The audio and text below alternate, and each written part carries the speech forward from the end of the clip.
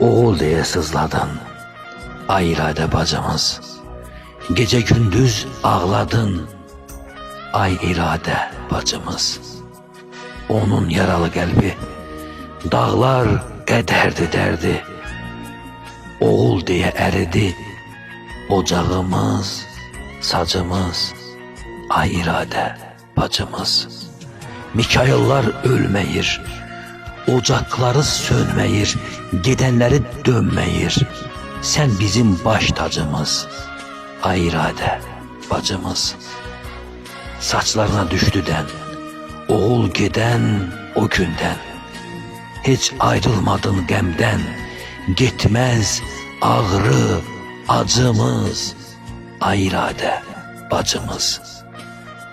Oğul vətənin yolu, şehitler sağı, solu, yurdumun igid oğlu. Şəhla desin anamız, yerde kalmaz kanımız, ay İradə bacımız.